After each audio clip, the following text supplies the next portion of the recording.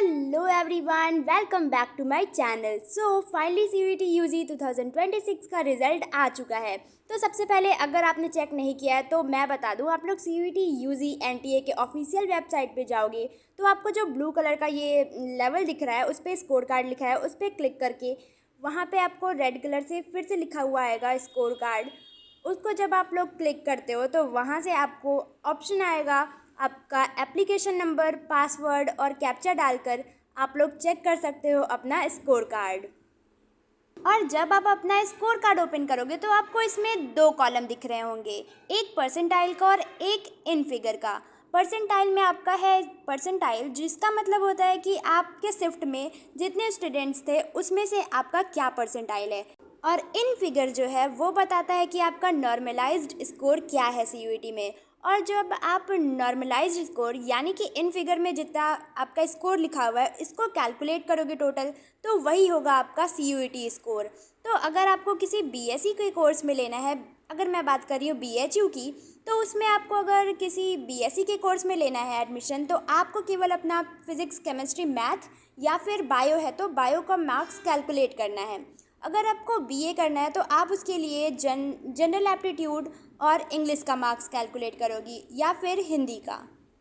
और अगर आप डीयू से कोर्स करना चाहते हो कोई भी, तो बीएससी के लिए भी आपको अपना लैंग्वेज भी चूज़ करना होता है। मींस आपके फिज़िक्स, केमिस्ट्री, मैथ या फिर फिज़िक्स, केमिस्ट्री, बायो के साथ लैंग्वेज का भी मार्क्स ऐड होता है। तो अब बात करते हैं कि आपको आखिर रिज़ल्ट आने के बाद अब क्या करना है। तो अब बीएचयू और सारी यूनिवर्सिटी अपना काउंसलिंग पोर्टल ओपन करेंगे, तो जिस पे कि आपको जाके काउंसलिंग करना होगा। तो अगर अभी आपका कोई डॉक्यूमेंट रेडी नहीं है तो उसको जितना जल्दी हो सके रेडी कर लो।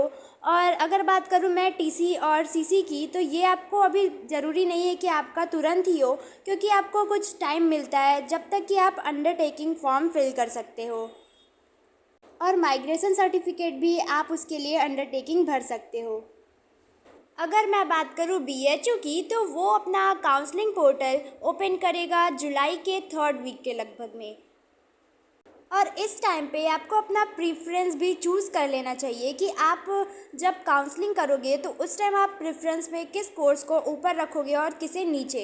इसमें भी काफ़ी टाइम लगता है, आपको प्रेफरेंस भरना अच्छे से आना चाहिए। और मैंने अपने टाइम पे प्रेफरेंस जो अपना भरा था वो काफ़ी डिटेल से भरा था कि मुझे कोई ना कोई कोर्स तो अच्छा मिल ही जाना चाहिए। तो अभी तो आपका मैक्सिमम चीज़ें आपने कर ली हैं, लेकिन अभी भी आपका इम्पॉर्टेंट जो पाथ है वो काफ़ी ज़्यादा ज़रूरी है। केवल इतना ही नहीं होता कि आप रिज़ल्ट आपका आ चुका है इसके बाद सब आपका ख़त्म है। इसके बाद भी आपको काउंसलिंग से अपना आप सीट अच्छे से सिक्योर कर सकते हो। अगर आपका काउंसलिंग बिगड़ा तो फिर आपको लिए मुश्किल हो सकती है।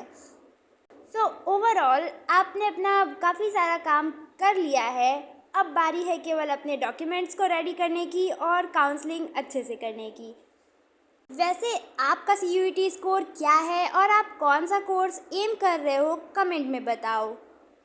क्या आप लोग बीएचयू के हर एक कोर्स का कट ऑफ भी जानना चाहते हो, तो फिर कमेंट में बताओ। अगर आपको ये वीडियो पसंद आई तो लाइक कीजिए और अपने फ्यूचर बैचमेट के चैनल को सब्सक्राइब करना मत भूलना।